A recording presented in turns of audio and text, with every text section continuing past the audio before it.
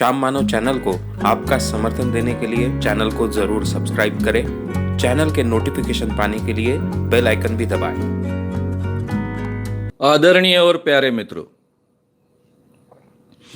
आज का अपना विषय है देवी शरीर में आना सच है या ढोंग है, पार्ट सेकंड। कल हमने पार्ट 1 देखा। जिन लोगों ने ये पार्ट 1 सुना नहीं होगा वो बाद में सुन सकते हैं। कल हमने देखा कि शरीर में देवी का संचार आता है यानी एग्जैक्टली क्या होता है।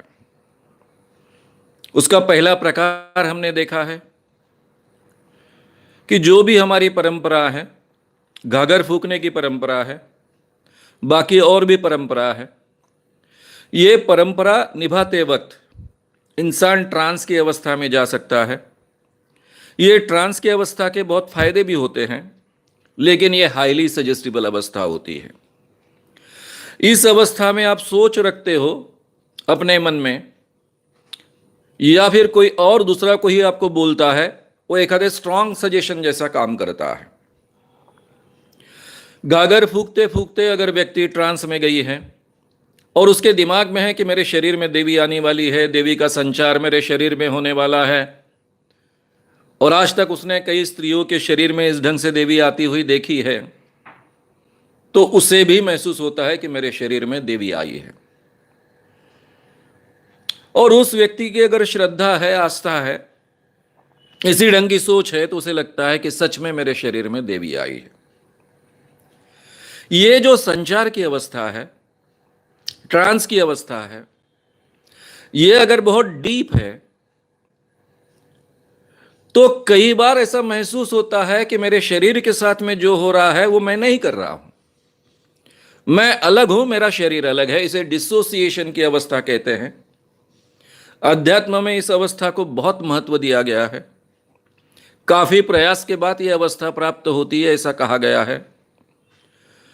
लेकिन ट्रांस में जाने के बाद जो डीप ट्रांस में जाने की क्षमता रखने वाले लोग होते हैं, उनको यह अवस्था महसूस होती है और उनको ऐसा लगता है कि मेरे शरीर में जो देवी आई है वो मुझसे कुछ करवा रही है।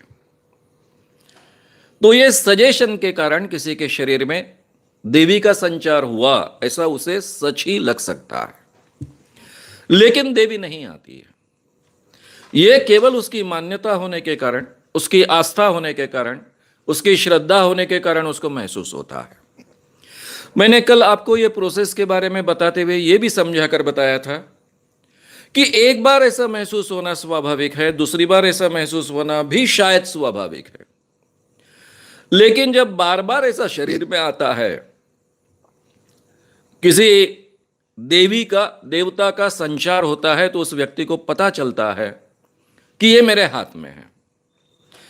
मैं संचार को ला भी सकता हूं, रोक भी सकता हूं, बाहर भी भेज सकता हूं। और फिर धीरे धीरे 3-4 बार ये प्रसंग उसके साथ में होने के बाद उसे समझ आती है कि इस पर मेरा पूरा कंट्रोल है। तो इसलिए मैंने ये भी कहा कि पहले महाराष्ट्र जादू टोना विरोधी कानून जो बना 2013 में, जो पारित हुआ, वो पहली बार विधानसभा में, असेंबली में 2005 में रखा गया था। उस वक्त इसमें देवी शरीर में आना ये कानूनन अपराध तय हुआ था, लेकिन वो कानून तब पारित नहीं हुआ। उसमें मैंने काफी बदलाव किए। जब मेरे पास ये अधिकार आया, उसको सरकार ने मान्यता दी, और ये बदला हुआ जो कानून था वो बाद में असेंबली में 16 दिसंबर 2005 को पारित हुआ था। लेकिन विधान परिषद में वो पारित न होने के कारण, अपर हाउस में वो पारित न होने के कारण वो कानून अटक गया था, और वही कानून 2013 में पारित हुआ है। तो इसमें केवल शरीर में देवी आना, जिस व्यक्ति को यह महसूस होता है, उसको लगता है, यह केवल उसका लगना हो सकता है। जरूरी नहीं कि वो व्यक्ति प्रामाणिक है, ठग है, अप्रामाणिक है, लोगों को ठगने वाली है, ये जरूरी नहीं है। इसीलिए कानून को उसके बाहर कर दिया। लेकिन कानून में प्रावधान है। आज जो कानून है, जादू टोना विरोधी कानून 2013, इस कानून में शेड्यूल में 5वां जो रीजन दिया गया है कि अगर किसी के शरीर में अतीन्द्रिय शक्ति आती है, ऐसा आभास वो निर्माण करता है, लोगों को ठगता है, लोगों को डर बताता है, मेरा सुनोगे नहीं तो तुम्हारा नुकसान होगा, ऐसा कहते हैं, लोगों को फंसाता है, तो वो कानूनन अपराध तय है। उसके लिए मिनिमम प्रावधान जो शिक्षा का है 6 माह की कैद और 7 साल की सजा हो सकती है। उसी के साथ में 5,000 रुपए से लेकर तो 50,000 रुपए तक के दंड का प्रावधान है। बहुत ही कड़ा कानून है, कॉग्निजिबल ऑफेंस है, नॉन बेलेबल है। तो ये पहला देवी का जो प्रकार है, ये खेल के कारण भी निर्माण होता है। ये खेल बहुत अच्छा है। इसके कारण जब भी व्यक्ति ट्रांस में जाता है तो उसके शरीर में, मन में जो भी अलग अलग प्रकार की दबी हुई चीजें हैं, एंग्जाइटी है, टेंशन है, तनाव है, गुस्सा है, द्वेष है, ये सब चीजें बाहर आती है, कैथारसिस होता है। उसके साथ में वो नाच जुड़ा हुआ है, जोर जोर से नाचते हैं। इसके कारण वो बहुत ही रिलैक्स महसूस करती है व्यक्ति, अगर 1 घंटा आधा घंटा इस ढंग से नाचे उस ट्रांस की अवस्था में, तो इसके बहुत अच्छे मन को और शारीरिक फायदे भी मिल सकते हैं। और इसीलिए इस प्रथा पर मैं कभी टीका नहीं करता हूं, उसे कभी दोष नहीं देता हूं। उल्टा मैं इतना ही समझाने की कोशिश करता हूं कि अच्छी बात है, आप नाचिए, आप इस अवस्था में जाइए। लेकिन जब आप महसूस करते हो कि मेरे शरीर में देवी आई है, वो बात सच नहीं है, केवल आप महसूस करते हो, ये आपके मन की अवस्था है। तो ये बात तो मैंने कही थी, अभी थोड़ा विस्तार से आपके सामने समझा कर रखी है। जिन लोगों ने पार्ट 1 नहीं देखा होगा इस विषय का कल का, वो अवश्य इसे देखे, ताकि ये बातें बहुत अच्छे ढंग से उनके समझ में आएगी। मैंने कल 2 केसेस ली थी और दोनों केसेस का संबंध जाने अनजाने सेक्स से जुड़ा हुआ था। अब मेरा विषय ही ऐसा है कि जिसका संबंध सेक्स से डायरेक्टली जुड़ जाता है। एक सुशीला देवी की केस ली थी, मेरे जीवन की वो पहली एक्सपोज की हुई केस है देवी की। उसके पहले बाबाओं को तो एक्सपोज किया था, ज्योतिषियों को एक्सपोज किया था, लेकिन देवी को एक्सपोज नहीं किया था। उस वक्त मैं केवल पत्रकार था, ये मोमेंट नहीं शुरू हुई थी। एक 16 साल की 17 साल की एक लड़की, देहात की, दिखने को ठीक ठाक, बहुत कोई सुंदर वगैरह नहीं है, दबी हुई सी, टीनेज बनी है। अब टीनेज में आने वाली हर लड़की को लगता है कि मैं अभी तो बच्ची नहीं रही हूं। लोग बाली बाली कहते हैं, बच्ची बच्ची कहते हैं, मैं अब जवान हुई हूं।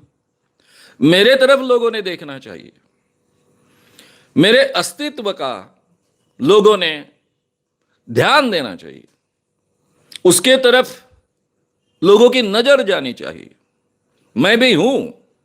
ये जो एहसास होता है टीनेज का एक फैक्टर है। कई बार इस उम्र में लड़कियां अलग ढंग से बर्ताव करने की कोशिश करती है, लोगों का ध्यान खींचने की कोशिश करती है। अगर उसको इस ढंग की परंपरा उसके हिस्से में आई तो फिर वो देवी बनने का अवसर उसे प्राप्त हुआ, देवी बनी, उसका फायदा उठाने लगे। ये फायदे के कारण जिस गांव में लड़कों के साथ में बात करना भी संभव नहीं,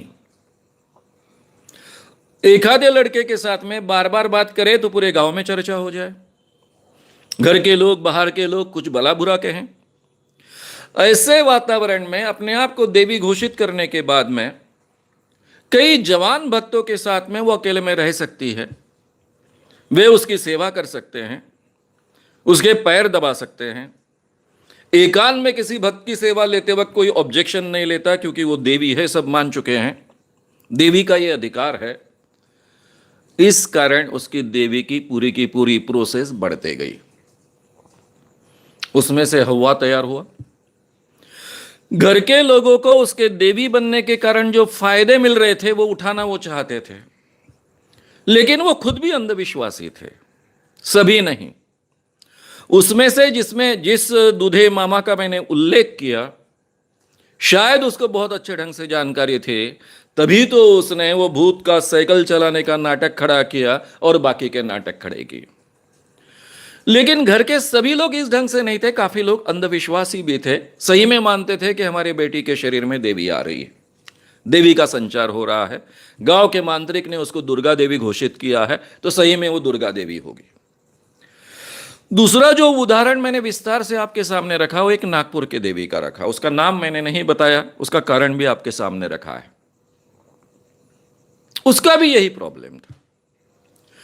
5 साल तक उसको बच्चा नहीं हुआ। उसे पता था कि उसे बच्चा होना असंभव है, क्योंकि पति से उसको बच्चा नहीं हो सकता, ये उसको समझ में आ गया था। ना वो अपने पति को बता सकते थे, पति को बताने का कोई उपयोग नहीं था, क्योंकि पति तो उसी पर दोष मढ़ता था, सास उसी पर दोष मढ़ती थी। ना अपने मायके वाले लोगों के साथ में बात कर सकते थे, क्योंकि बाकी बहनों की शादी है, उसका प्रेशर है। ना अपना ससुराल छोड़कर मायके वापस जा सकते थे। इस कुंठा की अवस्था में उसने एक बार ये देवी शरीर में आने की जो प्रक्रिया होती है, 8वीं के दिन नवरात्र में जो नाच होता है ये घाघर फूकने का, उसमें शामिल हुई। उसके शरीर में देवी आई, क्योंकि हाईली सजेस्टिबल व्यक्ति थी। और उसके बाद का पूरा इतिहास कल के प्रोग्राम में मैंने आपके सामने रखा है। उसके बाद में उसे बच्चे हुए, बहुत फायदे मिले, घर की आर्थिक स्थिति भी सुधरी। लेकिन जैसे ही मैं एक्सपोज करने उसे गया, एक्सपोज किया, उसने तुरंत अपना व्यवसाय बंद कर दिया, क्योंकि उससे वो छुटकारा पाना चाहती थी। उसके मन के अंदर गिल्ट कॉम्प्लेक्स घर कर गया था। वो कह रही थी कि आजकल मुझे कई दिनों से सपने आते हैं, रात में मुझे लगता है कि मैं वेश्या हूं, अपने आप को घर घर दार दार रास्ते रास्ते में बेच रही हूं। मैं अपने आप से घृणा करने लग गई हूं, लेकिन मैं अपने आप को ये व्यवसाय छोड़ नहीं सकती, क्योंकि इसमें बाकी लोग भी अभी इन्वॉल्व हो चुके हैं। तो उसने मेरे एक्सपोज करने के अवसर का फायदा उठाया और अपने आप को इससे अलग कर दिया। और इसीलिए मैंने कभी उसका नाम जाहिर नहीं किया। और मैंने कहा कि मेरे किताब में भी 7 साल बाद मैंने लिखा और प्रकाशित हुआ है। तब मेरा जो कॉलम चलता था दैनिक लोकमत में, रेगुलर कॉलम था, हर हफ्ते में अंधविश्वास इस विषय पर मैं एक आर्टिकल लिखता था, और एक यूथ कॉलम के बारे में होता था, यूथ के बारे में होता था। 2 आर्टिकल होते थे हर हफ्ते में। तब मैंने नहीं लिखा, क्योंकि उसने मुझसे वचन लिया था कि मेरी बदनामी नहीं होगी, आप देखिए, तो ही मैं इससे छूट सकती हूं, अदरवाइज मेरे लिए छूटना असंभव है। उसने जो सवाल खड़ा किया था वो भी सवाल सही था। मैं देवी हूं तो मेरा किसी भी पुरुष के साथ अगर संबंध आता है तो वो भक्त और देवी का संबंध मानकर लोग उसके तरफ आंख मूंद लेते हैं। लेकिन अगर मैं एक सामान्य स्त्री होती और मैं किसी और पुरुष के जरिए बच्चे पैदा करती, तो क्या समाज मुझे जीने देता? बात तो सही थी। अब भी पता चलेगा तो मेरे बच्चों का क्या होगा? यह भी सवाल सही था। और इसीलिए मुझे यह निर्णय लेना पड़ा। यह निर्णय मुझे पहली बार लेना पड़ा, इसलिए मुझे बहुत अच्छे ढंग से याद है। लेकिन कई बार यह निर्णय मुझे आगे भी लेना पड़ा कि उस वक्त उन चीजों को मैं एक्सपोज नहीं कर पाया। ये तो जब अगले हफ्ते मैं सुंदरदास महाराज के केस आपके सामने रखूंगा, तब आपके ध्यान में बहुत तीव्रता से ये बात आएगी कि कितना असंभव होता है उसी वक्त एक्सपोज करना और सब बातें लोगों के सामने लाना। अब मित्रों, ये विषय सेक्स से जुड़ा हुआ विषय है। शायद आप लोग ऐसा कहेंगे कि मानव साहब, आप इन चीजों के बारे में बहुत खुलकर बोलते हो। बोलना ही पड़ेगा, मेरा कर्तव्य है। मैं इन चीजों के तरफ कोई एक नैतिक भूमिका लेकर देखता नहीं। जब मैं कहता हूं कि इस क्षेत्र में स्त्रियों का शोषण होता है या फिर पुरुषों का शोषण होता है, तो उसके पीछे की भूमिका जो समाज मान्य नैतिकता है उसमें दरार गिर रही, इसलिए नहीं कहता हूं। मैं हमेशा इंसान की तरफ इंसान कर देखता हूं और ये मानता हूं कि कोई भी मूल्य उन पर थोपने नहीं चाहिए। इंसान की जो जीवन की आवश्यकताएं हैं उसका सहानुभूतिपूर्वक विचार करना चाहिए, उदार दृष्टिकोण रखना चाहिए, यह मेरी मान्यता है। इसके बावजूद मुझे शोषण इस शब्द का उपयोग करना पड़ता है। उसके पीछे के कारण भी मैं बहुत विस्तार से आगे के केसेस में रखूंगा। अब मित्रों, सभी ये संचार तो झूठे हैं, ये तो मैंने आपके सामने रखा है। मैंने ये भी रखा है कि जब ये खेल खेलते हैं अष्टमी का या इस ढंग की प्रक्रियाएं अमल में लाते हैं, तो पहली बार जो महसूस होता है, शायद दूसरी बार महसूस होता है, वो उसको महसूस होना सच हो सकता है, उसमें झूठ नहीं होता है। लेकिन जब ये बात बार बार दोहराई जाती है और फिर उसका व्यवसाय बनाया जाता है, अपने आप को देवी कर कर प्रोजेक्ट किया जाता है, तो उसमें झूठ ही होता है, उसके अलावा कुछ नहीं होता है। ये साफ शब्दों में मैंने आपके सामने रखा है। अब मैं दूसरे कुछ देवियों का प्रकार आपके सामने रख रहा हूं। अलग अलग नाम है।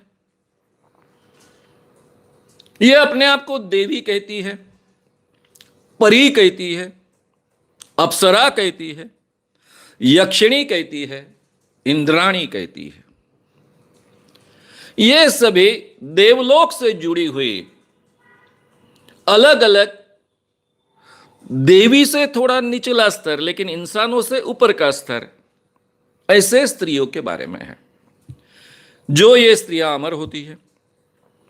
इनका उल्लेख हमको अथर्ववेद में मिलेगा, यजुर्वेद में मिलेगा, वेदों का हिस्सा है यजुर्वेद और अथर्ववेद, साथ में कई पुराणों में मिलेगा। मुझे लगता है और भारतीय व्यक्ति को मालूम है कि विश्वामित्र को किसने उसकी तपस्या भंग करवाई थी। मेनका का नाम हम सब जानते हैं। मेनका एक अप्सरा थी। ये जो अप्सराएं होती हैं बहुत सुंदर होती है, ऐसी मान्यता है। मैं मान्यताओं की बात कर रहा हूं। ये देवलोक में रहने वाली अति सुंदर, कलाओं में दक्ष, कई जगह उल्लेख है पुराणों में, यजुर्वेद में, अथर्ववेद में, कि ये जल में रहती है, पानी में भी रहती है, गंधर्व लोक में भी रहती है। अब अलग अलग उल्लेख हैं। आप कहेंगे पानी में भी रहती है और गंधर्व लोक में भी रहती है, ऐसे दोनों बातें। हाँ हाँ है। जो मान्यता है वो आपके सामने रख रहा हूं। इस मान्यता का परिणाम मैंने जिंदगी भर भुगता है। मैं एक किसान का बेटा हूं। मेरे गांव में लगकर जो कुआं था, उसमें काफी गांव के लड़के तैरने को आते थे। मेरा एक बुआ का बेटा था, वो भी बहुत अच्छे ढंग से तैरता था। मैं तैरना सीखना चाहता था, लेकिन मुझे कोई भी पानी में उतरने नहीं देता। अभी ये इतने एक्सपर्ट तैराक है तो उनके साथ में सीखना आसान है, क्योंकि उसके कुएं में अप्सराएं हैं और ये अप्सराएं मुझे जकड़ेगी। ये जो डर मेरे घर के लोगों के मन में था, इस कारण मुझे कभी भी पानी में तैरने का मौका, जब तक मैं अंधविश्वास के बाहर नहीं आया तब तक मुझे नहीं मिला। तो ये अलग अलग ढंग की मान्यताएं हमारे समाज में हैं। आप कोई भी मंदिर में जाइए, अगर वहां शिल्प कला है, मंदिरों की बात मैं कर रहा हूं, तो वहां आपको उस मंदिरों में अलग अलग शिल्पों में बहुत सुंदर सुंदर अप्सराओं के चित्र मिलेंगे।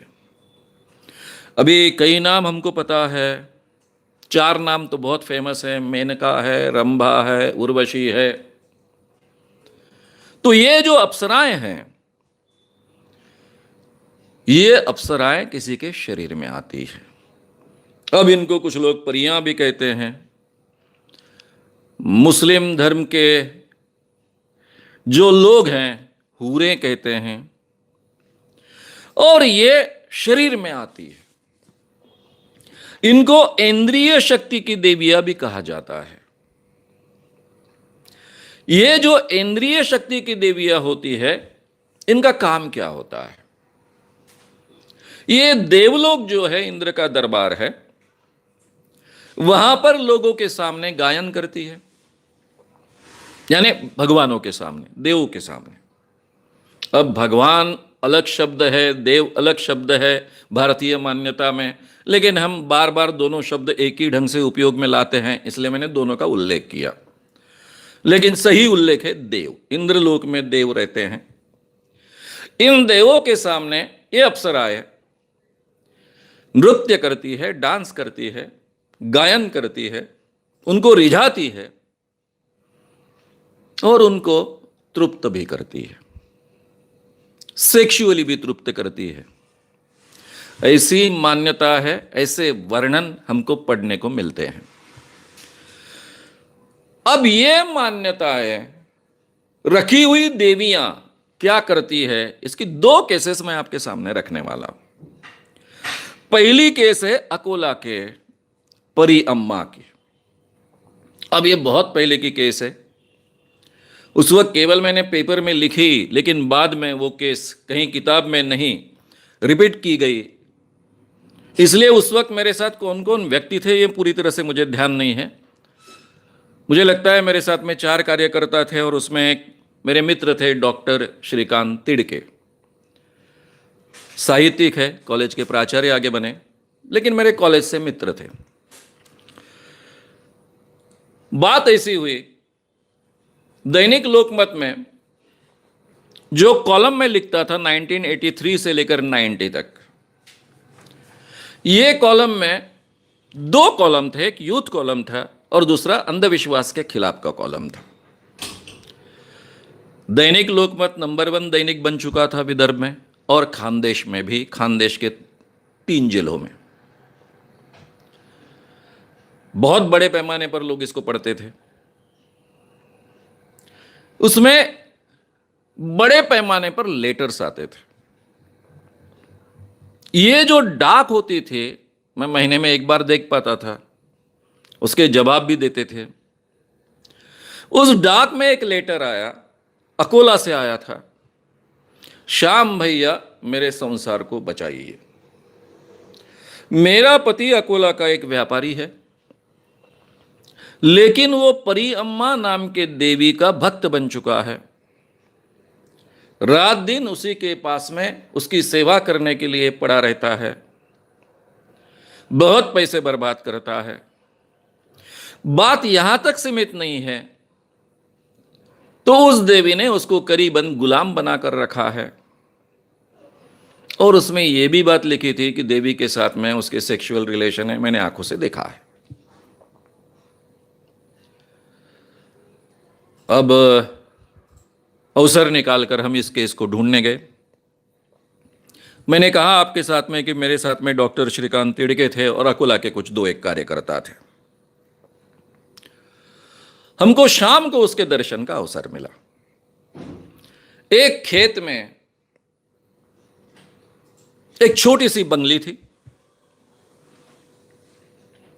इस छोटे से बंगले में वो रह रही थी। उसको असिस्ट करने वाले कुछ लोग वहां हाजिर थे। करीबन सभी के सभी पुरुष थे, उसमें कोई स्त्री नहीं थी, अकेली ये स्त्री थी। जाने के बाद में जैसे ही हमने कहा कि हम आए हैं मिलने के लिए, मैं पत्रकार हूं, देवी का इंटरव्यू लेना चाहता हूं, देवी के बारे में काफ़ी जानकारी मेरे पास आई है, तो देवी को मैसेज दिया गया।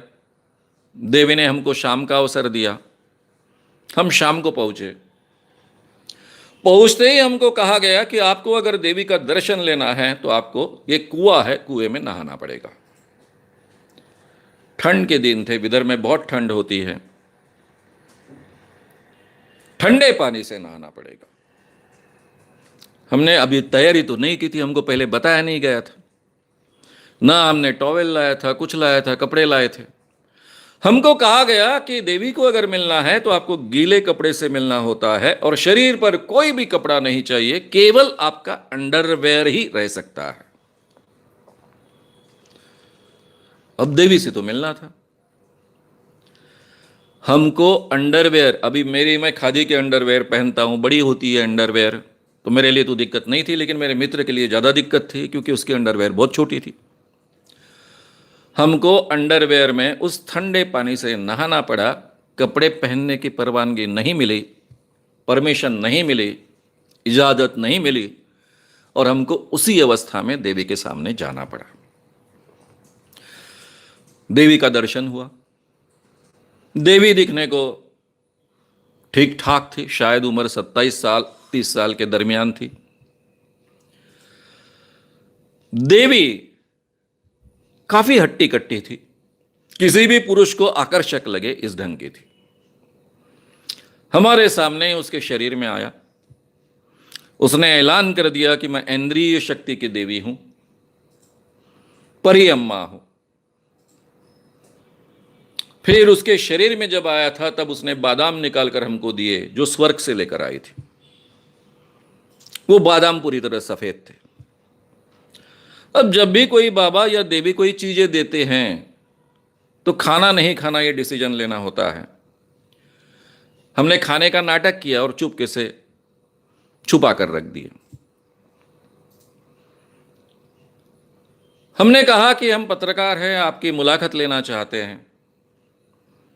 फिर उसके शरीर में जो आया था वो रुक गया। हमने इजाजत मांगी। वैसे ही गिली अवस्था में जो सूखे कपड़े थे हमने ओढ़ लिए, पहन लिए। फिर हम रिलैक्स हो गए ताकि अभी अच्छे ढंग से इसकी मुलाकात हम ले पाएंगे। हमेशा उन दिनों में मैं हर बात को टेप रिकॉर्ड करता था, हर व्याख्यान को टेप रिकॉर्ड करता था, हर मुलाकात को टेप रिकॉर्ड करता था। और आज जैसे बहुत अच्छे साधन तो टेप रिकॉर्डर के थे नहीं। बड़ा सा टेप रिकॉर्डर लेकर उनके सामने बैठा। मैं बोला, आपसे मुलाकात लेनी है, मैं तो पत्रकार हूं, मैंने नाम वाम नहीं बताया, मैं पत्रकार हूं, बस आपको केवल बोलना है, वो रिकॉर्ड होगा। और हमारी मुलाकात शुरू हुई। मैंने कहा, आपके शरीर में जो आया था आपने डिक्लेयर किया कि मैं परी अम्मा हूं, ये परी अम्मा क्या होता है? फिर उसने हमको आध्यात्मिक ज्ञान पिलाया। ये जो परी अम्मा थी ये जन्म से मुस्लिम थी। वो कहने लग गई कि मैं हूर हूं, आप लोग उसको परी कहते हैं। लेकिन जो उसने पूरी थियरी बताई वो भारतीय थियरी थी। हमने कहा, आप कहां रहती हो? वो बोले, हम परियां 6ठी और 7वीं आसमान में रहते हैं। मैंने बोला, ऐसे कितने लोक होते हैं? उसने कहा, 7 लोक होते हैं। स्वर्ग है, ये मृत्यु लोक है जो हम रह रहे पृथ्वी, वो पाताल है। फिर उसने देवलोक वगैरह बाकी लोग गिने, और 6वां और 7वां परियां रहती है। मैंने कहा कि आप रोज आती जाती? हाँ, कई दिन में जब मेरा दिल होता है तब मैं 7वें आसमान तक चली जाती हूं। उसने कहा था कि 5वां जो लोग है वो चांद का लोग है। अब ये तो परंपरा में चांद लोग तो है नहीं, लेकिन उसने कह दिया। मैंने कहा, आप 7 लोग घूम के आती हो, फिर पृथ्वी लोक पर आती हो, यानी पृथ्वी पर आती हो, तो कभी आप चांद लोक पर गई? वो तो मैं कई बार गई, चांद पर तो कई बार गई, जाते जाते कभी कभी रुक जाती हूं, वहां घूमती हूं और फिर यहां चले आती हूं।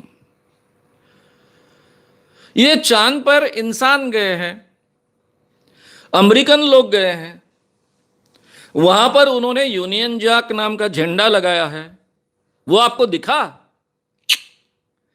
ऐसे कोई नहीं आया, कोई झंडा वंडा वहां नहीं है। इंसान वहां जा ही नहीं सकता, वो हम लोगों का लोक है। ये अमेरिका वाले कहीं तो भी यहीं गए होंगे, फोटो निकाले, आप लोगों को बता दिया और आप लोग उस पर विश्वास रख रहे हो। चांद पर कोई इंसान नहीं जा सकता, केवल देव जा सकते हैं और हम परियां जा सकते हैं, अप्सराएं जा सकते हैं। फिर हम पूछते गए ये सभी जानकारी के आधार पर। उसने कहा कि मेरा काम ही लोगों को रिझाना है, मेरा काम ही लोगों को रिझाना है, अलग अलग लोगों के साथ में संबंध रखना है। फिर मैंने कहा कि तुम्हारे अमुक अमुक भक्त हैं।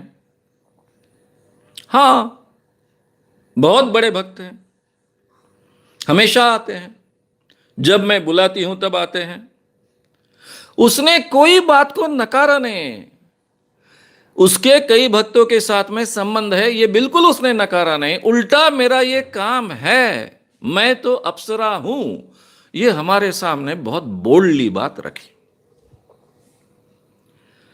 अब इसके जीवन के बारे में जो हमको जानकारी मिली थी वो यही थी कि वो लड़की, उसकी शादी हुई, पति के साथ में उसका जमा नहीं, अलग हो गई, और फिर एक दिन देवी बन गई, और फिर अभी कई लोग उसके चरणों पर माथा टेकते हैं। उसने हमको भी निमंत्रण दिया कि आप यहाँ सेवा कीजिए, आपके जीवन का भला हो जाएगा, आपको सही माने में स्वर्ग का एहसास होगा। परियों के साथ जो लोग समय गुजारते हैं उनको स्वर्ग का एहसास होता है। अब हम दोनों तो पत्रकार कर कर वहां आए थे, इसके बावजूद उसने ये बात डायरेक्टली कही।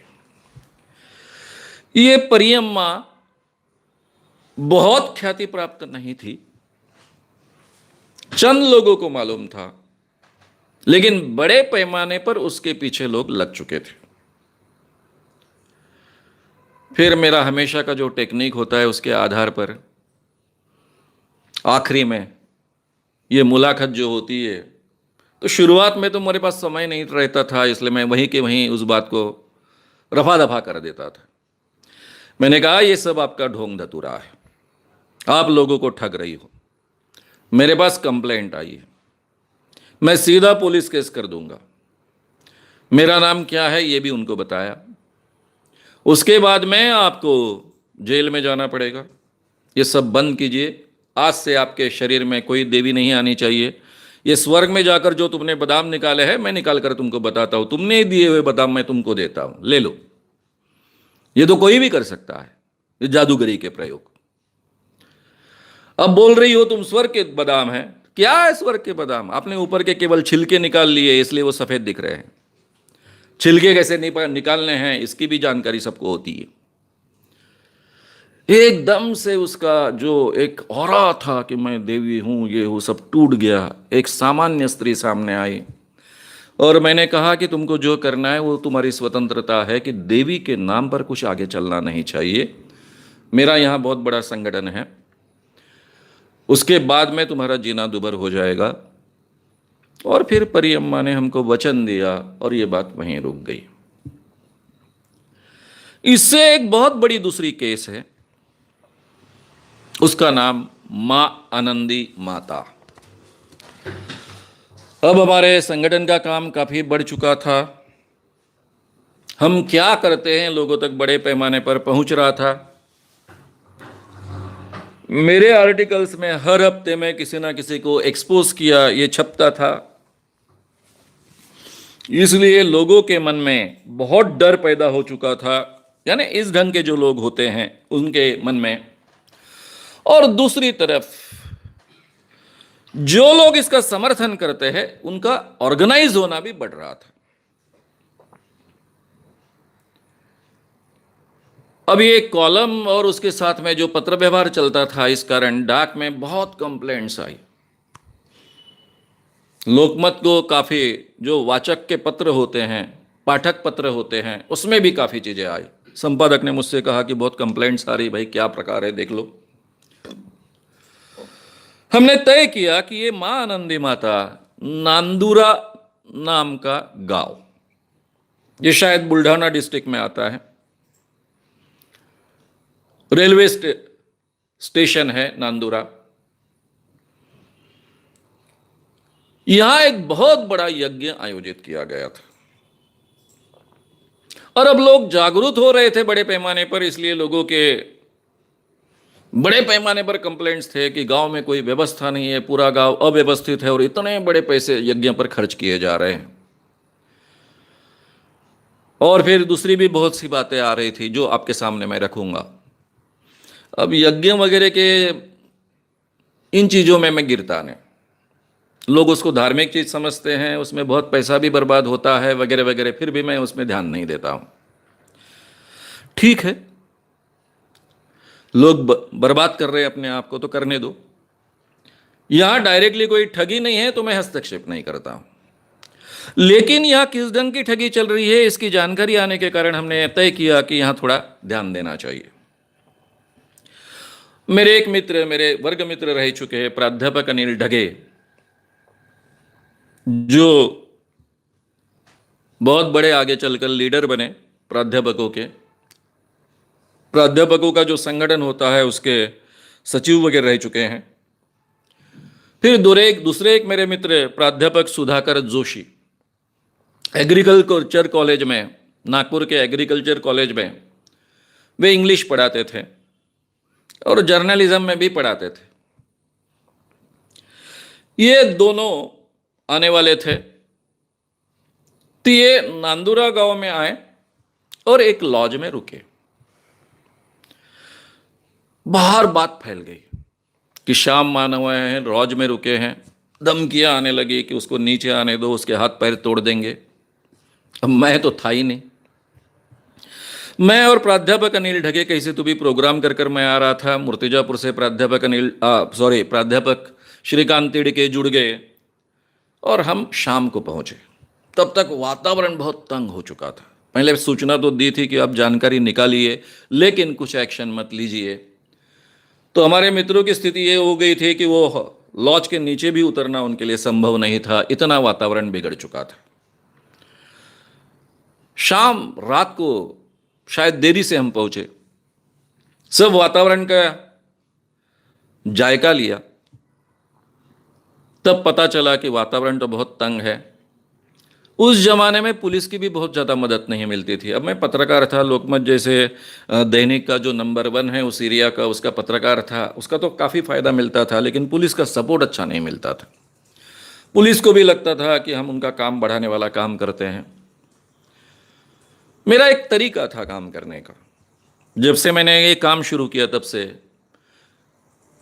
कि जो लोग गालियां देते हैं, जो लोग आह्वान देते हैं, डायरेक्ट उनको फेस करने का। सुबह सुबह उठते ही इस यज्ञ समिति के जो अध्यक्ष थे उनके यहां डायरेक्ट मैं पहुंच गया। वो चाय पी रहे थे। पहुंचते ही मैंने कह दिया कि मैं श्याम मानव लोकमत से आपकी मुलाकात लेने के लिए आया हूं। आप आयोजन समिति के अध्यक्ष हैं। वो इतने डर गए, उन्होंने कभी इमेजिन नहीं किया था कि जिन लोगों को हम इतनी धमकी दे रहे हैं, मारने पीटने की तैयारी कर रहे हैं, लोग पीछे लगे हुए हैं, वो डायरेक्टली मेरे पास आ जाएंगे। फिर उनको सवाल पूछा कि भाई आपने ये यज्ञ आयोजित किया है, किस लिए आयोजित किया है? उन्होंने कहा ये सहस्त्र चंडी यज्ञ है। मैंने पूछा कि किस लिए आयोजित किया है? नांदुरा के लोगों के मन शांति के लिए आयोजित किया है। अब धर्म इस विषय का तो अभ्यास करना ही पड़ता है। मैंने कहा यह सहस्त्र चंडी यज्ञ और मन शांति का क्या संबंध है? सहस्त्र चंडी यज्ञ आप आयोजित कर रहे हो, उसके लिए आपने पैसे इकट्ठा किए हैं, कितने इकट्ठा किए हैं?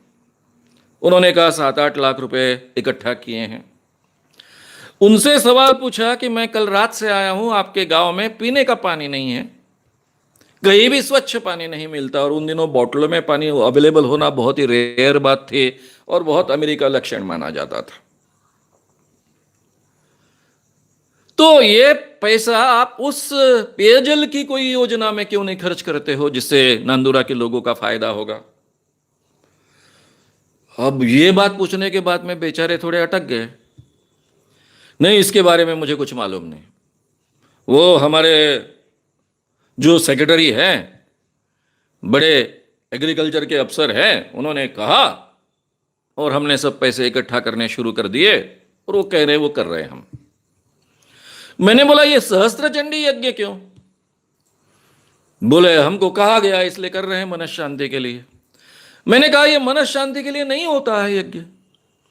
यह यज्ञ होता है सत्ता बल प्राप्त करने के लिए, शरीर बल प्राप्त करने के लिए, मनोबल प्राप्त करने के लिए, शस्त्र बल प्राप्त करने के लिए, या फिर विद्या बल प्राप्त करने के लिए, या फिर धन बल प्राप्त करने के लिए।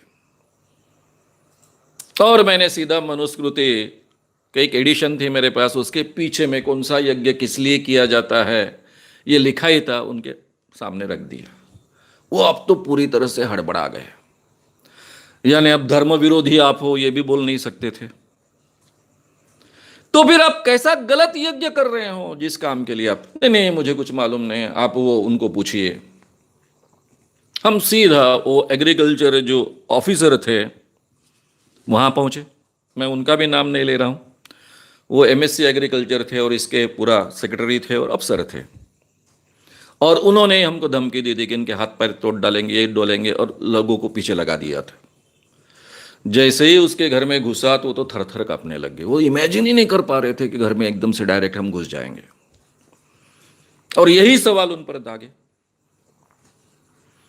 जब मैंने मनुस्मृति बताई और उनको कहा कि ये मनस शांति यज्ञ कैसे कर रहे हो आप, सहस्त्र चंडी यज्ञ? सहस्त्र चंडी यज्ञ इसलिए नहीं होता है, सहस्त्र चंडी यज्ञ तो इन इन चीजों के लिए होता है। तब वो इतने हड़बड़ा गए और उन्होंने कहा कि नहीं नहीं, हमें कुछ मालूम नहीं है, हमको वो मां नंदी माता ने कहा, वो डॉक्टर तावड़े ने कहा। डॉक्टर तावड़े उनके बहुत भक्त हैं और डॉक्टर तावड़े बहुत बड़ी हस्ती है, हम सब लोग उनको मानते हैं। उन्होंने कहा, इसलिए हमने ये समिति गठित की, यज्ञ का आयोजन किया, इसके लिए 9 लाख रुपए इकट्ठा किए। अध्यक्ष कह रहे थे 7-8 लाख, सेक्रेटरी कह रहे हैं 9 लाख, और 9 लाख रुपए हम खर्च करने वाले हैं इस यज्ञ पर। तो हमारे ध्यान में आया कि इसके पीछे का मास्टरमाइंड डॉक्टर तावड़े है, इसलिए मैं उनका नाम ले रहा हूं, बाकी लोगों का नाम नहीं ले रहा हूं। हम सीधा वहां से निकले डॉक्टर तावड़े के बंगले पर। इसी बंगले पर मां आनंदी माता का मुकाम था, वहां वो रह रही थी। और एक किस्सा पहले ही घट चुका था, यज्ञ की शुरुआत ऑलरेडी हो चुकी थी। शंकराचार्य वहां आए थे। अब कौन से शंकराचार्य, उसको जाने दीजिए। शंकराचार्य जिनको कहते हैं, पेपर में शंकराचार्य जिनके बारे में छप के आया, वो शंकराचार्य वहां आए थे। और शंकराचार्य और मां आनंदी माता में झगड़ा हुआ था, और यह भी झगड़ा पेपर में छप कर आया था। झगड़ा क्या हुआ था? शंकराचार्य का आग्रह था कि मैं धर्म प्रमुख हूं तो मैं उच्चासन पर बैठूंगा, ये कौन देवी है वगैरह नीचे बैठेगी। और वैसे भी शंकराचार्य के सिस्टम में कोई स्त्री को पुरुष से ज्यादा महत्व देना तो बैठना पॉसिबल नहीं है। और देवी का आग्रह था कि शंकराचार्य तो इंसान है, मैं तो अप्सरा हूं, देवी हूं। यानी उस कैटेगरी की, जो मैंने आपको कैटेगरीज बताई, देवी, अप्सरा, परी, उस कैटेगरी की मैं देवी हूं, तो मैं तो उच्चासन पे बैठूंगी। और इसलिए शंकराचार्य को बहुत गुस्सा आया और वो यज्ञ के स्थल से निकल गए। ये पूरी हिस्ट्री मुझे अध्यक्ष ने सुनाई थी, पेपर में भी छप के आई थी, बड़े पेपर्स में आने की थी, दूसरे दिन आएगी। तो ये सब होने के बाद हम जा रहे हैं। डॉक्टर तावड़े के हम पहुंचे तब दोपहर के 12 बज चुके थे। फरवरी का महीना था। अब तो विदर्भ में फरवरी में कड़ी धूप शुरू हो जाती है। कड़ी धूप थी और स्त्रियों की लंबी कतार थी। अपने बच्चे लेकर वो खड़ी थी। अब मेरा हमेशा का काम है, उस ढंग से मैंने पूछना शुरू किया, भाई आप क्यों खड़ी हो यहाँ पर? बच्चे लेकर, बच्चे चिल्ला रहे हैं, उनको पीने को पानी नहीं है, ये क्या है? हम सुबह 7 बजे से खड़े हैं, देवी का दर्शन लेने के लिए आए हैं, अमुक गांव से आए हैं, तमुक गांव से आए हैं, 50 किलोमीटर से आए हैं, 15 किलोमीटर चलकर आए हैं। ये सब उन स्त्रियों से मैं सुन रहा था। बोला दर्शन क्यों नहीं हो रहा है? नहीं, सुबह में कुछ स्त्रियों को दर्शन दिया और बाद में देवी का मूड चला गया। आगे चलकर हमको पता चला देवी का मूड इसलिए चला गया क्योंकि हम अध्यक्ष की तरफ पहुंच गए थे और वो न्यूज पहुंच गई थी। देवी का मूड चला गया, देवी दर्शन नहीं दे रही। बोला देवी दर्शन नहीं दे रही तो आप जाइए ना, धूप में क्यों खड़े हो? नहीं, इतने दूर से आए, देवी के दर्शन के लिए आए, देवी का दर्शन लेंगे तो जीवन भला हो जाएगा, इसलिए हम रुके हैं। बोला देवी कब दर्शन देगी आपको? नहीं, जब देगी तब लेंगे। वो दिन भर नहीं दिया तो यहीं रहेंगे, जब दर्शन होगा तभी जाएंगे। खाने पीने की कोई व्यवस्था है? नहीं ना, हमको कहाँ पता था, निहारी लेकर आए थे, थोड़ा सा सुबह में खाया, हमने सोचा था देवी का दर्शन लेंगे और बाद में निकल जाएंगे।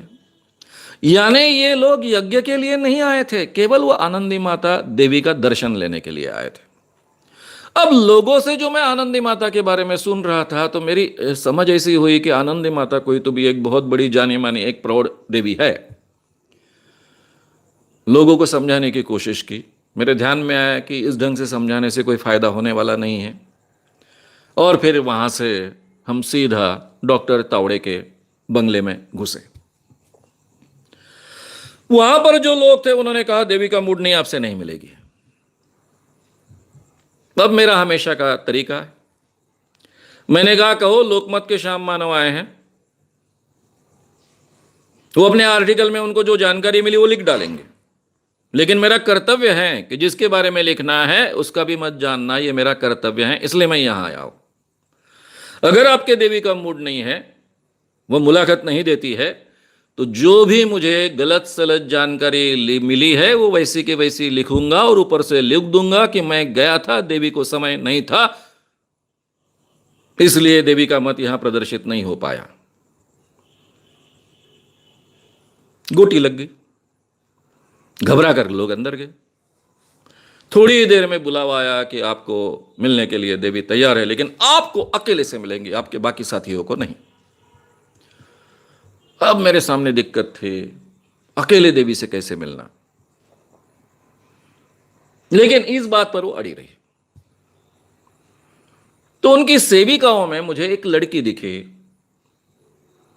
कम उम्र की लड़की थी, 15 साल की लड़की थी।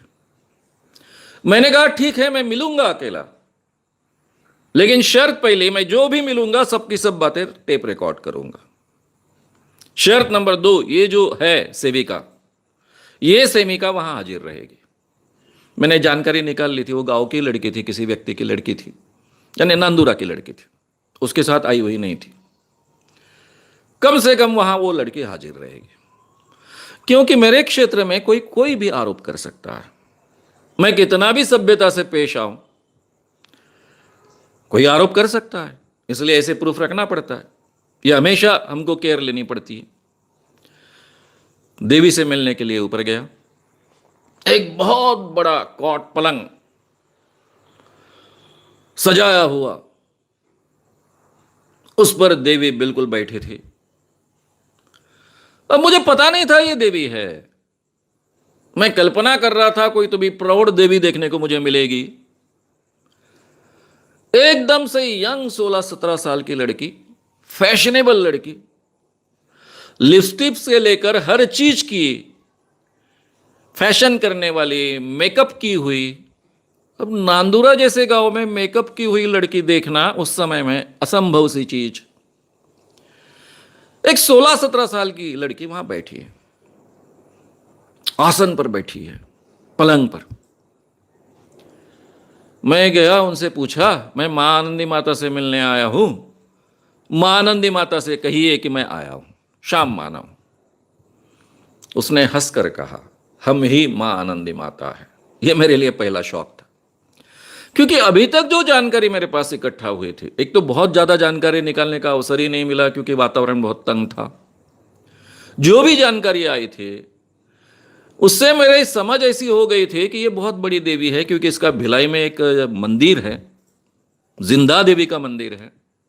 मुझे यह भी जानकारी मिली थी कि भिलाई का जो उसका मंदिर है, वहां पर हर आने जाने वाली उस रोड से बस रुकती है देवी के दर्शन के लिए। यही नहीं तो ट्रेन भी रुकती है देवी के दर्शन के लिए। अब इतनी बड़ी देवी देखता हूं तो 16-17 साल की लड़की, एकदम सुंदर, अप्सरा जैसी, मॉडर्न कपड़े पहने हुए, अपने आप को एक्सपोज हो इस ढंग के कपड़े पहने हुए। और ज्यादा वर्णन करना मेरे लिए उचित नहीं है। हमेशा की तरह मैं बैठा। यह पहला टेक्निक है कि नमस्कार नहीं करने का। मैं जिंदगी में कभी किसी को नमस्कार नहीं करता हूं, यानी पैरों पर माथा नहीं टेकता हूं। ऐसा नमस्कार तो करता हूं, और कभी किसी को मेरे पैरों पर माथा टेकने नहीं देता हूं। अगर कोई गलती से मेरे पैरों पर माथा टेकने की कोशिश करे तो मैं भी उसके पैरों पर गिरता हूं, इक्वल हो जाता हूं। अब ये क्यों करता हूं, क्या करता हूं, इसका रीजनिंग देने का अवसर नहीं है, इसलिए मैं आगे चलूंगा। तो मैं उसके पैरों पर माथा वाथा नहीं टेका। तो पहला उसके लिए वो शौक था, वो इतनी यंग और फैशनेबल लड़की है, मेरे लिए शौक था, उसके लिए वो शौक था। अस्वस्थ हो गई एकदम से वो, क्योंकि पहले जो भी पत्रकार आ गए थे वो सब उसके चरणों पर माथा टेक कर गए थे। ये कौन सा पत्रकार है जो माथा भी नहीं टेक रहा है। और फिर हमारा शुरू हुआ। शुरू होने के बाद में पहले तो आप कौन हो, फिर उसने परिचय दिया कि मैं इंद्रिय शक्ति की देवी हूं। मैंने कहा इंद्रिय शक्ति की देवी क्या होती है? सभी चीजें टेप रिकॉर्डेड है, बाद में किताब में लिखी गई हैं। ये जो उसके बारे में किताब में लिखी गई है उसका नाम है वादळ अंधश्रद्धेचे, मराठी में किताब है।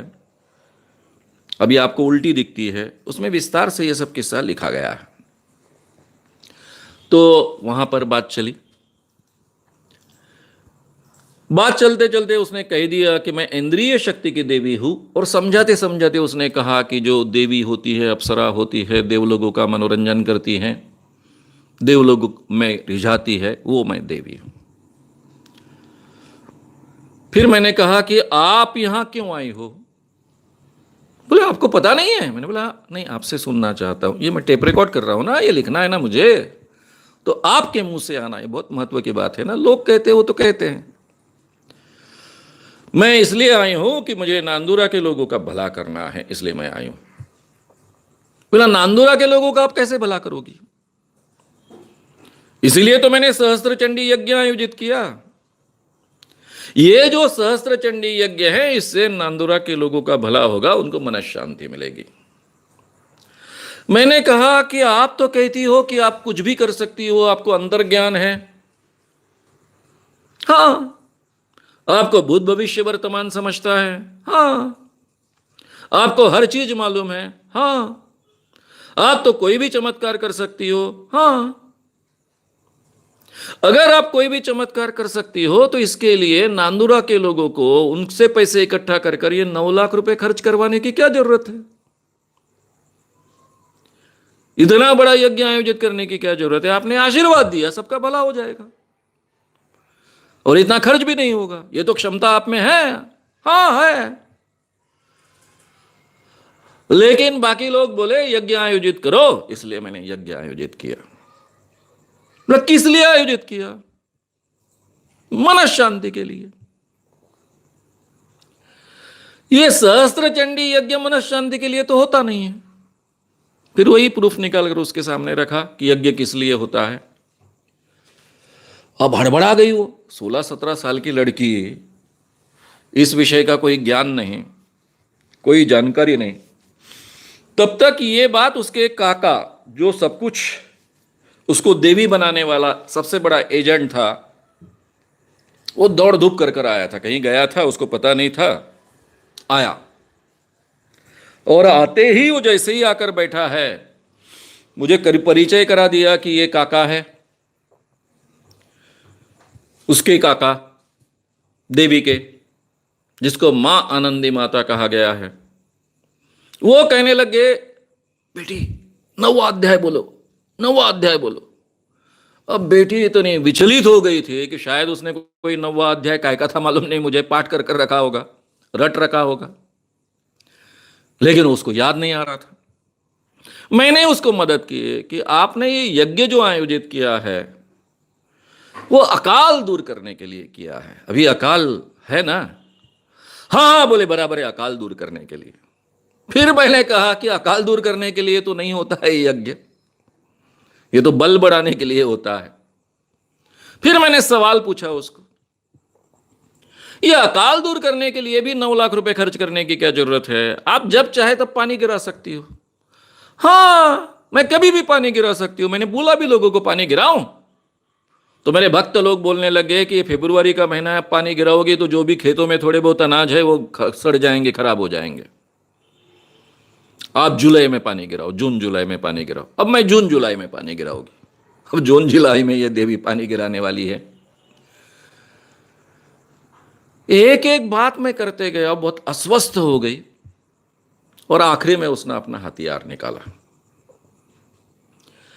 वो बोले देखिए पत्रकार जी, मेरा काम है, मैं इंद्रिय शक्ति की देवी हूं, मेरा काम है प्रेम बहाना। मैं प्रेम स्वरूप देवी हूं, मैं बहती हुई नदी हूं। और ये बहती हुई नदी हर एक को प्रेम अर्पण करती है, सुख अर्पण करती है, स्वर्ग की सैर स्वर्ग की सैर कराती है। और जिस ढंग से उसने आंखों में आंखें डालकर बोला, अभी देखिए आप यहां पर आए हो, मैं तो बहती हुई नदी हूं, और आप प्यासे लौट जाए तो क्या ये मेरी जिम्मेदारी है? ये क्या मेरा गुनाह है? गुनाह तो आपका हुआ, आप क्या ये बातें पूछते बैठे हो? बहती हुई नदी हूं, अपने आप को तृप्त कीजिए। मैं दंग रह गया, 16-17 साल की लड़की इस ढंग से बात कर रही है। वो जानती है कि ये पत्रकार आड़ा टेढ़ा सवाल पूछ रहा है, यानी कितनी आदत हो चुकी उसको इस बातों की, यह आपके ध्यान में आना चाहिए। फिर मैंने जो भी मेरा काम था कि ठीक है, हमेशा की तरह मैंने बोल दिया, ये आप लोगों को ठग रही हो, ना आप पानी गिरा सकती हो, ये यज्ञ के बारे में आपको कुछ जानकारी नहीं, ये सब टेप रिकॉर्ड मैंने किया है। ये जो यज्ञ होता है सहस्त्र चंडी यज्ञ, ये ना ही मनस शांति के लिए किया जाता है, ना ही अकाल दूर करने के लिए किया जाता है। प्रूफ भी मैंने आपके सामने रखे हैं। ना आप धर्म के बारे में कुछ जानती हो, आप लोगों को ठग रही हो। इतनी बड़ी पैमाने पर स्त्रियां बाहर आपके दर्शन के लिए खड़ी हैं, उनके बच्चों को पानी पीने के लिए नहीं है, जोर जोर से चिल्ला रहे हैं, दोपहर का समय है, उनकी भी आपको फिक्र नहीं है, केवल आपको आपके मूड की गिरी है। और मैंने आपके बारे में तो बहुत कुछ सुना है, आप क्या करती हो, रातों में क्या करती हो, ये करती हो, आप स्त्री हो। इसलिए मैं बहुत सभ्य शब्दों में आपसे कह रहा हूं कि आप गांव छोड़कर चले जाइए। रहोगी तो हमारा आंदोलन आपके खिलाफ होगा, आपके खिलाफ मैं लिखूंगा और ये सब बातें लिखूंगा। और वो भिलाई की मां नंदी माता ने गांव छोड़ने का वचन दिया और तुरंत गांव छोड़कर भागी। सबसे ज्यादा तो वो डॉक्टर तावड़े डरे हुए थे, उनको मालूम था कि मानव क्या कर सकते हैं, कितनी बड़ी सभा लेकर क्या हो सकता है, सब कुछ जानते थे। यज्ञ के नाम कर लोगों को ठगने वाली ये मां नंदी माता, जो आंखों में आंखें डालकर डायरेक्ट निमंत्रण देती है कि मैं बहती हुई नदी हूं, आप प्यासे लौट जाए तो क्या मैं जिम्मेदार हूं? मेरा काम ही स्वर्ग की सैर कराना है। उसने कोई बात को नकारा नहीं। मैंने आगे ऐसे भी सवाल पूछे थे जो मैं आपके सामने रखना नहीं चाहता हूं, उन सवालों को भी उसने नकारा नहीं। डॉक्टर तावड़े और उसके बारे में जो कहा जाता था उसके बारे में भी उसने कुछ कहा नहीं। हाँ, लोग तो बोलते हैं। और उसके बाद में उसने ये शुरू किया था कि मैं प्रेम स्वरूप देवी हूं, बहती हुई नदी हूं, वगैरह वगैरह वगैरह वगैरह। जब उसने ये कबूल किया उसके बाद में मुझे उसका इन्वेस्टिगेशन करने के लिए ज्यादा अवसर मिला। अब तो कुछ होने की संभावना नहीं थी। सब लोग, यानी सब बड़े जो लोग थे, उन्हीं को आड़ा टेढ़ा करने के बाद में पूरा वातावरण बदल गया था। बाहर जो स्त्रियां थी, बाहर आने के बाद में मैंने उनके सामने कह दिया कि ये जो देवी अपने आप को कहती है कुछ नहीं है, ढोंगी है, चलो यहां से निकलो सब। और 2-4 बातें कही तो सब स्त्रियां भी निकल कर चली गई। पहले ही बाहर चर्चा शुरू हो गई थी, वो श्याम मानव आए हैं, उनकी टीम आए हैं, क्योंकि बाहर में जो मेरी टीम खड़ी थी वो अपना काम कर ही रही थी। तो इस ढंग से ये बात को यही रोक दिया गया। लेकिन ये जो लड़की है जो अपने सुंदरता का उपयोग अपना व्यवसाय बढ़ाने के लिए करती है, कईयों के साथ रिलेशन रखने के लिए तैयार होती है, और जाहिर तरीके से छुपा कर नहीं, ये हमारे समाज में होने के बावजूद उसको देवी माना जाता है, क्योंकि वो अपने आप को डिक्लेयर करती है कि मैं अप्सरा हूं, इंद्रिय शक्ति की देवी हूं, मेरा काम ही पुरुषों को रिझाना है। और उस बात को हमारे यहां भारतीय वातावरण में, मैं कल्चर वगैरह ऐसा शब्द का उपयोग नहीं करूंगा, स्वीकारा जाता है। उससे प्रतिष्ठा उसकी नहीं घटती है और ना ही लोगों की प्रतिष्ठा घटती है। अगर किसी व्यक्ति ने किसी स्त्री के साथ संबंध रखे होते और उसको अपने गांव में लिए आए होते, तो ना ही उसके घर के लोग एक्सेप्ट करते, ना ही वो अपने बंगले में इतना प्रतिष्ठित कर कर रख सकता था, ना ही लोग उसका साथ देते। लेकिन देवी का नाम जुड़ा, अप्सरा का नाम जुड़ा, इंद्रिय शक्ति देवी का नाम जुड़ा, और पूरा का पूरा गांव सपोर्ट करता है, 9 लाख रुपए इकट्ठा करता है, उसके कहने के खातिर यज्ञ का आयोजन करता है, और शंकराचार्य को भी गुस्से से गांव छोड़ना पड़ता है। ये वातावरण तैयार होता है। जो जानकारी मिली वो बहुत बुरी थी। ये देवी का जिंदा, देवी का भिलाई में मंदिर, लोग दर्शन के लिए जाते हैं, उसी के चरित्र से कुछ जानकारियां मिली।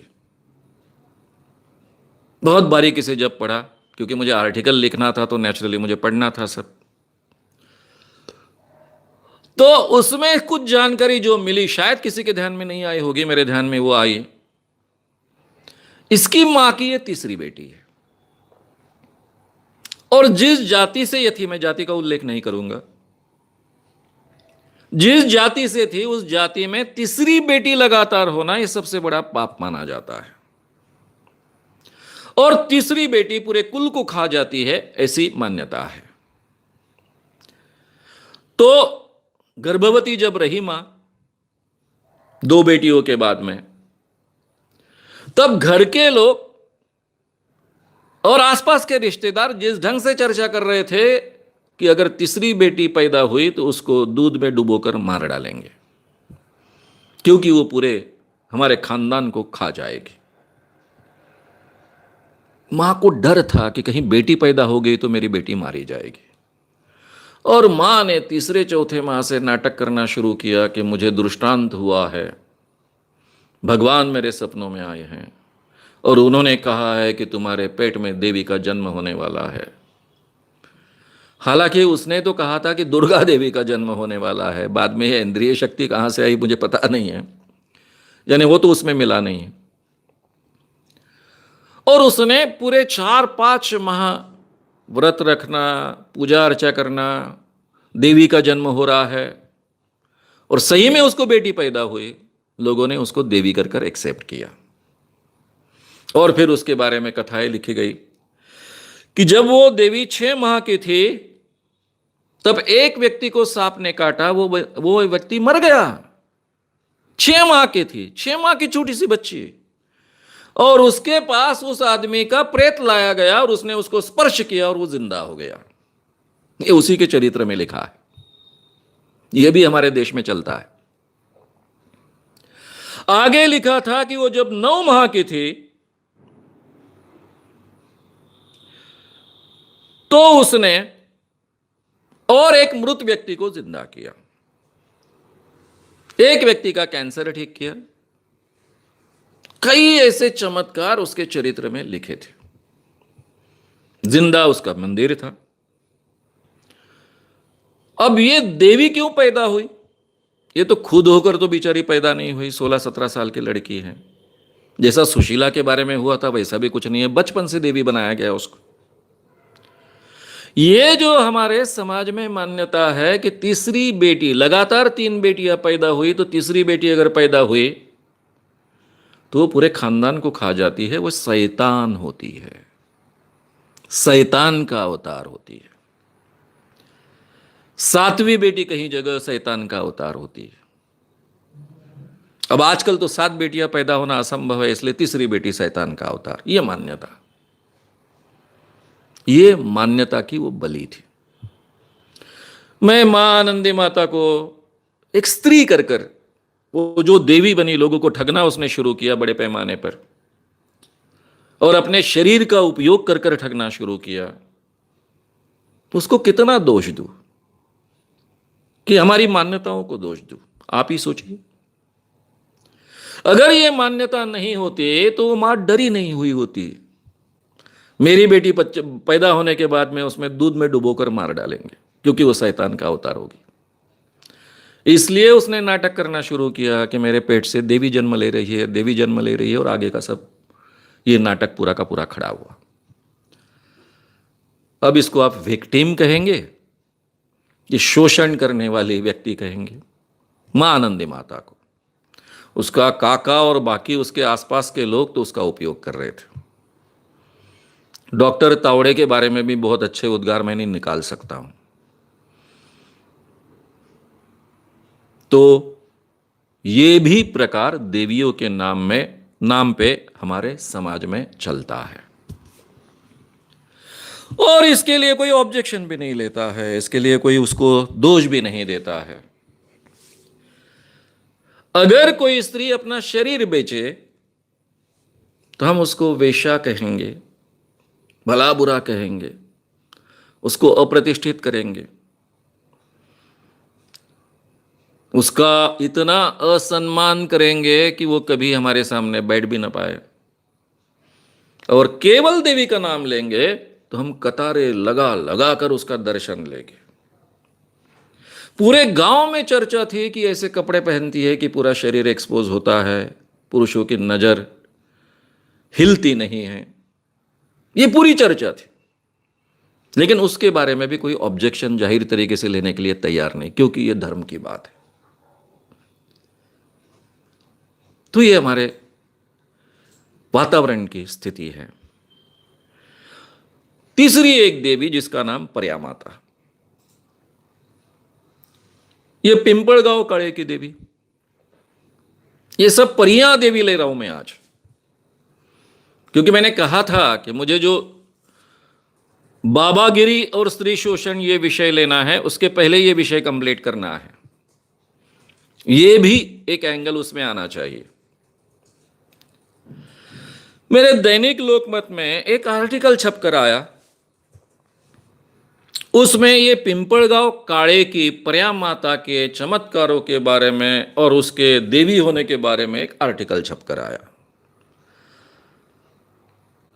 अब करीबन मैं पूरे महाराष्ट्र में 4-5 प्रांतों में घूमता था इस काम के लिए। हर हफ्ते में 2 आर्टिकल प्रकाशित होते थे, खानदेश और विदर्भ में, कभी कभी मराठवाड़ा में भी वो आर्टिकल उठाए जाते थे। इस एरिया का सबसे बड़ा पेपर था। तो कई सामान्य लोगों को लगता था कि लोकमत का सब कुछ मैं ही हूं।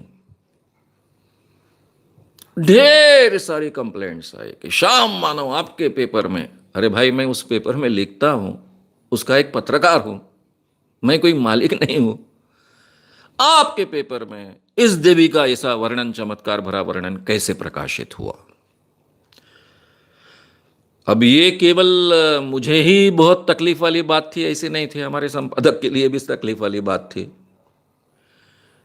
जैसे ही खामगांव एरिया में मैं गया एक व्याख्यान के लिए, वहां का जो हमारा लोकमत का पत्रकार था, उसने पहले से ही नियोजन कर रखा था, मुझे बताया तक नहीं था। जैन नाम का एक पत्रकार था। मानव साहब आएंगे, व्याख्यान के बाद में दूसरे दिन कोई प्रोग्राम रखना नहीं, कॉलेज में कुछ प्रोग्राम रख रहे थे, उसने होने नहीं दिया। मानव साहब को मुझे वहां ले जाना है, पिंपलगांव काले की देवी को जांचने के लिए। फिर हम दूसरे दिन गए, उसने पूरा अरेंजमेंट कर रखा था, एक कार का प्रबंध किया था। अब उन दिनों मेरे जैसे व्यक्ति के लिए कार का प्रबंध बहुत बड़ी बात थी। एसटी से घूमने वाला मैं व्यक्ति, साथ में मुझे शुकदास केस में मदद करने वाले मोहन कुलकर्णी और कुछ लोग थे, और हम लोग एक कार में उस देवी को मिलने के लिए गए। अब जैसे ही देवी को मिलने लग गए, अभी उसके बारे में जो कुछ पेपर में छपकर आया था, और हमारा ये पत्रकार इसलिए चिढ़ा था, वो चीफ था वहां का, उसके एरिया की एक न्यूज डायरेक्ट नागपुर से आती है, क्योंकि नागपुर में एक काम करने वाला व्यक्ति पिंपलगांव काले का था, उस देवी को मानता था और वो ऑलरेडी लोकमत में था, तो उसने लिख डाला था आर्टिकल। और लोग तो उसको दोष दे रहे हैं कि तुमने क्या किया, ये ऐसा कैसा। और मेरे मोमेंट के कारण तो सभी उसी ढंग से सोचने लग गए थे। जब हम गए तब हमको बताया गया कि आज देवी का दर्शन नहीं हो सकता है। क्योंकि आज फिर से वही बात, बुधवार है, आज गुरुवार नहीं है, गुरुवार को देवी आएगी तब आपको दर्शन होगा। फिर इसने कहा कि मैं पत्रकार हूं लोकमत का, और ये हमारे नागपुर के बड़े साहब है, मेरा नाम नहीं बताया, नागपुर के हमारे बड़े साहब है, खुद का नाम बताया। अब जैसे ही लोकमत का नाम सुना तो वहां के भक्तों में और बाकी लोगों में हलचल मच गई, क्योंकि लोकमत के कारण बहुत प्रसिद्धि मिली थी और देवी का व्यवसाय बहुत बढ़ चुका था। नेचुरली देवी से मुलाकात तय हो गई।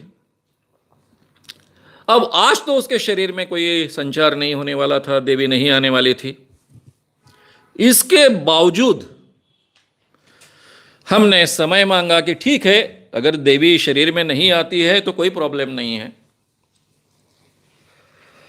कम से कम उसकी मुलाकात तो ले, इतने दूर से आए हैं, नागपुर से आए हैं, मुलाकात तो ले। उसके लिए वो तैयार हो गई। जैसे ही हम देवी के सामने पहुंचे तो मुझे इतना अचरज लगा, एक 22-23 साल की लड़की, पैर से भी थोड़ी अधू, चल नहीं सकती ठीक ढंग से, लंगड़ाते चलती है, दिखने को भी वो ठीक ठाक नहीं है, और इतनी बड़ी देवी और इतनी बड़ी है कर कर लिखा गया, और बड़े पैमाने पर लोग उसके दर्शन को आते हैं, चमत्कार करती हैं, मुंह में से कुछ चीजें निकालती हैं, वगैरह वगैरह वगैरह होने लग गया। अब ये जानकारी थी, उसके आधार पर हमने मुलाकात शुरू की। क्यों देवी बनी, क्या देवी बनी, पहले क्या करती थी, जो जानकारी थी उसके आधार पर और जानकारी सामने आई कि इसकी शादी हुई और फिर इसको देवी ने दर्शन दिया कि तुम तो देवी हो, आज से मैं तुम्हारे शरीर में वास करने वाली हूं। इसलिए वो पति को छोड़कर मायके आई और मायके में उसका ये सब शुरू हुआ। फैक्ट, पति के साथ में जमा नहीं, पति के साथ में शायद कुछ और प्रॉब्लम्स हो गए, वो छोड़ के चली आई थी, लेकिन हमको ये बताया गया। फिर हमने उससे डायरेक्ट हम मुद्दे, काफी बातें उसके साथ हुई, सभी बातें यहां रखने की जरूरत नहीं है। आखिरी की बात पर मैं आता हूं जो महत्व की है। मैंने सवाल निकाला उसके सामने कि ये श्याम मानव का नाम आपने कभी सुना है कि नहीं। वो बोले हाँ सुना है। ये अंधश्रद्धा निर्मूलन समिति और श्याम मानव आह्वान देते हैं कि कोई भी देवी अगर चमत्कार कर कर बताए तो उसको 1 लाख रुपए का प्राइज मिलेगा। तब 1 लाख रुपए का प्राइज था, अभी 25 लाख का है। वो बोले हाँ सुना है। फिर ये हमारा खामगांव का प्रतिनिधि और मैं उसको बार बार पूछ रहे थे कि ये आह्वान क्यों नहीं स्वीकारती हो, आपके काम के लिए 1 लाख रुपए मिल जाएंगे। उससे भी बड़ी बात है कि एक देवी में इतनी चमत्कार करने की क्षमता होती है, वो चमत्कार करती है, चीजें निकालती है, ये पूरे दुनिया के सामने आएगा, पूरे दुनिया में अपना भारत का नाम होगा कि इतनी बड़ी देवी भारत में पैदा होती है। जैसे जैसे हम प्रेस करने लग गए, तुरंत उसके शरीर में देवी आई। आज का बुधवार था, देवी आने का दिन नहीं था, इसके बावजूद देवी आई। और देवी आने के बाद में वो मराठी में जिस ढंग से बोल रही थी, घूम घूम कर बोल रही थी, अब तो मुझे हिंदी में आपके सामने रखना है। वो कह रही थी कि ये मानव है, श्याम मानव है, ये बड़ा जादूगर है रे बाप्पा, घमेले भर पेड़े निकालता है रे बाप्पा, गुलाल के ढेर लगाता है रे बाप्पा, अपने भाषण में गुलाल के ढेर लगाता है रे बाप्पा, ये दुनिया में सबसे बड़ा जादूगर है रे बाप्पा। ये श्याम मानव जादूगर के सामने हम लोगों की दैवी शक्ति नहीं चलती रे बाप्पा। और घूम घूम कर वो बात दोहरा रहे थे, सब लोग डर कर आजू बाजू में खड़े थे। उग्र स्वरूप था देवी का। घूमते रही, ये बात अलग अलग ढंग से दोहराते रही। हमने भी चलने दिया 15-1 मिनट तक। जब उसका तांडव खत्म हुआ, थक गई होगी शायद, तब मैंने कहा हो गया, वो विचित्र नजर से देखने लग गई। मेरा आवाज थोड़ा चढ़कर बोला, हो गया? तुमको अंतर ज्ञान है ना?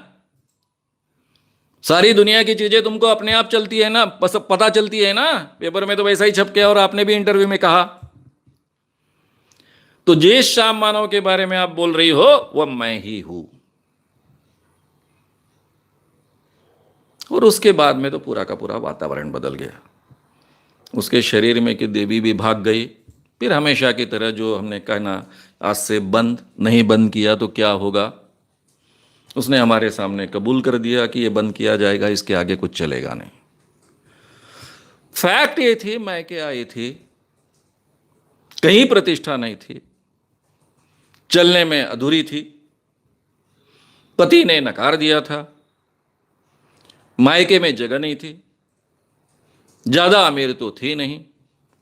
देवी शरीर में आना शुरू हुआ और सब वातावरण बदला। उसमें से पैसा भी आने लग गया, सब कुछ आने लग गया, लोगों को ठगना शुरू हुआ। और फिर हमारे एक मित्र ने अपने अंधविश्वास के कारण उसके बारे में लोकमत में इतना बड़ा छाप दिया और उसका धंधा बढ़ना शुरू हो गया और ज्यादा बढ़ गया। अब ये भी स्थिति ऐसी है कि इस देवी को कितना दोष दे। उसने एग्जिस्टिंग देवी सिस्टम का फायदा उठाया, ये बात सही है।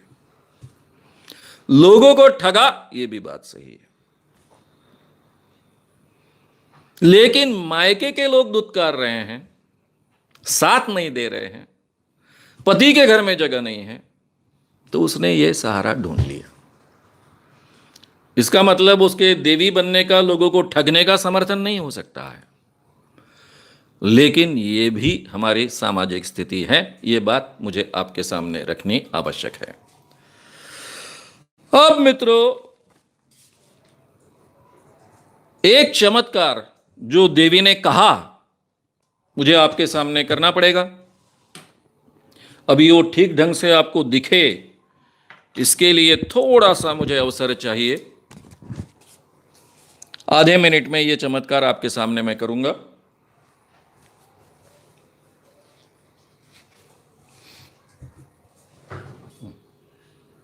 दोनों अभी ये थोड़ा मुझे हाथ से उठाना पड़ेगा ताकि आपको दिखे। देवी के शरीर में आने के बाद में वो जो चमत्कार करती है वो किस ढंग का होता है। नाच रही है, हाथ हिला रही है, जोर जोर से, जोर जोर से, जोर जोर से हाथ हिला रही है। हाथ ऐसा जा रहा, ऐसा जा रहा, ऐसा जा रहा। और बाद में जो बोल रही थी देवी, वो श्याम बापा, श्याम मानव ये जादूगर है, घमेले भर पेड़े निकालता है, बहुत गुलाल निकालता है। ये कैसा पॉसिबल है? देवियां ये करती, ये भी चमत्कार करती थी, ये गुलाल नहीं निकालती थी, लेकिन खड़ी शक्कर निकालती थी, बादाम निकालती थी। ये कैसा पॉसिबल है?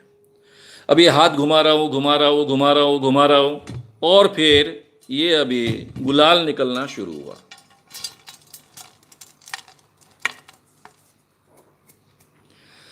अभी ये प्रयोग मैंने हजारों प्रोग्राम में किया है, ध्यान में नहीं आता लोगों के, क्योंकि अभी तो मैंने समय लिया, आपसे फुर्सत ली, मुझे आपको बताना था। प्रोग्राम में जब प्रोग्राम चलता है या फिर देवी के शरीर में जब आता है तो उसको तो काफी अवसर मिलता है। लेकिन मैं भाषण देते देते ही अभी ये मेरा हाथ लाल हो चुका है, इसलिए थोड़ा आपको डाउट आएगा। ऐसा एक गुलाल का इस ढंग से लड्डू बनाया जाता है, छोटा सा, जो हाथ में आसानी से रखा जा सके, ताकि आपको इस साइड से कुछ दिखेगा नहीं। अभी जो लाल दिख रहा है क्योंकि पहले से ही मैंने गुलाल निकाल लिया है, इसलिए आपको लाल दिख रहा है। ऐसा रखने के बाद आपको दिखता नहीं, और मुझे आदत होने के कारण 15 मिनट 20 मिनट पहले ही मैं अपने हाथ में लेता हूँ, भाषण देता हूँ, हाथ ऐसा करता हूँ, ये करता हूँ, वो करता हूँ, सब करता हूँ, और केवल इतनी केयर करता हूँ कि ऐसा आपको ना बताए। और उसके बाद में जब भी निकालना है तब निकाल कर दे देना। सत्य साईं बाबा इस ढंग से भभूति निकालते हैं, गुलाल के बजाय वो भभूति होती है। मैंने कई प्रोग्राम में 400-500 लोगों को, 2-4 हजार की पब्लिक रही तो 400-500 लोगों को भभूति बांटी है। अभी एक भभूति का एक छोटा सा लड्डू 50-60-70 लोगों को भभूति दे सकता है। उसके बाद में अपने जेब से दूसरी निकाली, हाथ में खिसका दी, लोगों के सामने बांटी तो भी किसी के ध्यान में नहीं आता था। जब मैं एक्सप्लेन करूं तभी पता चलता था।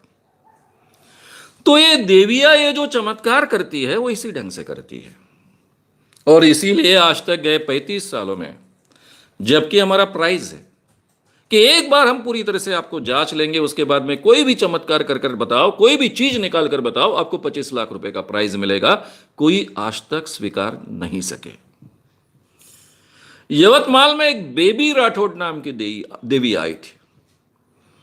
उसने अखिल भारतीय अंधश्रद्धा निर्मूलन समिति का आह्वान स्वीकारा था। पूरे पब्लिक के सामने वो प्रोग्राम हुआ, पुलिस के सामने प्रोग्राम हुआ, और वो बेचारी आखिरी तक कुछ नहीं निकाल पाई। और खास बात यह है कि ये प्रोग्राम जो हुआ तब मैं वहां हाजिर भी नहीं था। मेरे संगठन के लोगों ने ये पूरा का पूरा आयोजन और बाकी सब चीजें की थी। मैं कहीं तो भी बाहर टूर पर था।